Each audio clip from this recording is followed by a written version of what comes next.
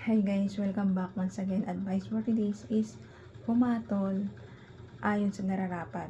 Ganito po yun huwag po tayong mag-judge ng mga tao na hindi naman natin kilala. Na nakilala mo lang o nakita mo lang sa social media pero hindi mo naman talaga kilala in person. Judge tayo ng judge na makasalanan to at nagawa ng kasalanan at nagnanakaw at napatay at nanrape. Ang mga tao dito sa social media ay napakasama talaga. Sobra. Hindi ba naman nila kilala yung tao, hindi wala pa namang judge ng korte, hinatulan na nila. Dinaig pa nila yung Diyos na naghahatol o ang korte. Nag-judge na sila. Wala pang hatol, pero sila may ano sila. Humatol na sila dun sa tao. Hindi naman nila kilala, di ba? Ganyan sa social media eh. Di ba? Nakikita niyo, di ba?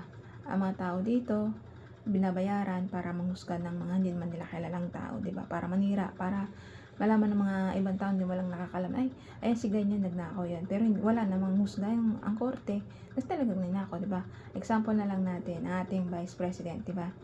Hinuhusgahan siya na naglustay daw siya ng confidential fund niya. Wala pang ang husga ang korte, Suprema, pa sinasabi nilang bintang nila sa ating Vice President, pero sila nagbintang na sila. May piatos pang nalalaman, lustay daw, Vice President lustay daw. Hindi naman nila kilala, di ba? Basta lang sila nagde-judge ng hindi naman nila kilala yung tao. Bago kayo maghusga, kilalanin niyo muna yung tao. Di ba? Maraming ganyan sa social media, hindi lang ang ating Vice Presidente. Lahat ng mga pamilya niya, di ba? Pinaparatangan nila ng mga kung ano-anong kaso na hindi naman totoo, di ba? So, darang din si Pastor Kibuloy, pinusgan nila marirape. Hindi wala naman talagang judge o hatol pa na talagang siyang nag-rape. Binibintang pa lang, pero ang mga tao makabintang na agad na parang nag-rape na talaga totoo si Pastor. Wala naman talagang katibayan na nag-rape siya. Wala pa naman kasing hatol ang korte, pero ang mga tao naghatol na. Nag-judge na sila. Parang ating Diyos Ama ay Diyos Anak. Di ba?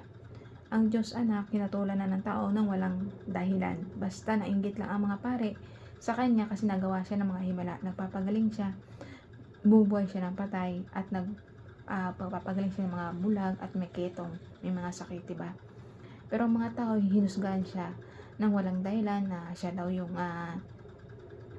nag-aano daw siya ng mga tao, naghihikayat para siraan daw yung mga pare, para hindi daw sumambaan sa kanila at manalig.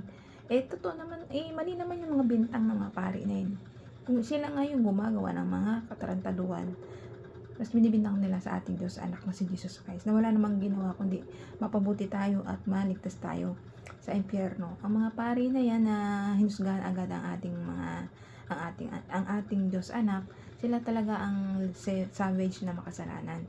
Sila ang gumagawa ng makasalanan. Ang ating Diyos Anak ay siyang nagliligtas sa atin, sa ating mga kasalanan. Siyang puputol, siya ang daan para maligtas tayo sa impyerno. Siyang daan para papunta sa paraiso para maligtas tayong mga tao. Tayong mga tao, magmabuting tao tayo. Huwag tayo basta-basta manghusga ng kapwa-tao natin. Humahatol lang, wala pang na hindi pa natin to kinilala at hindi natin to kilala. Bumatay tayo kung ano yung nararapat. Hindi basta tayo husga ng husga o humatol sa isang tao o sa ating Diyos Anak nang wala namang kadahilanan, di ba? Kaya hanggang dito lang po ang aking advice. Ingat po tayong lahat and God bless.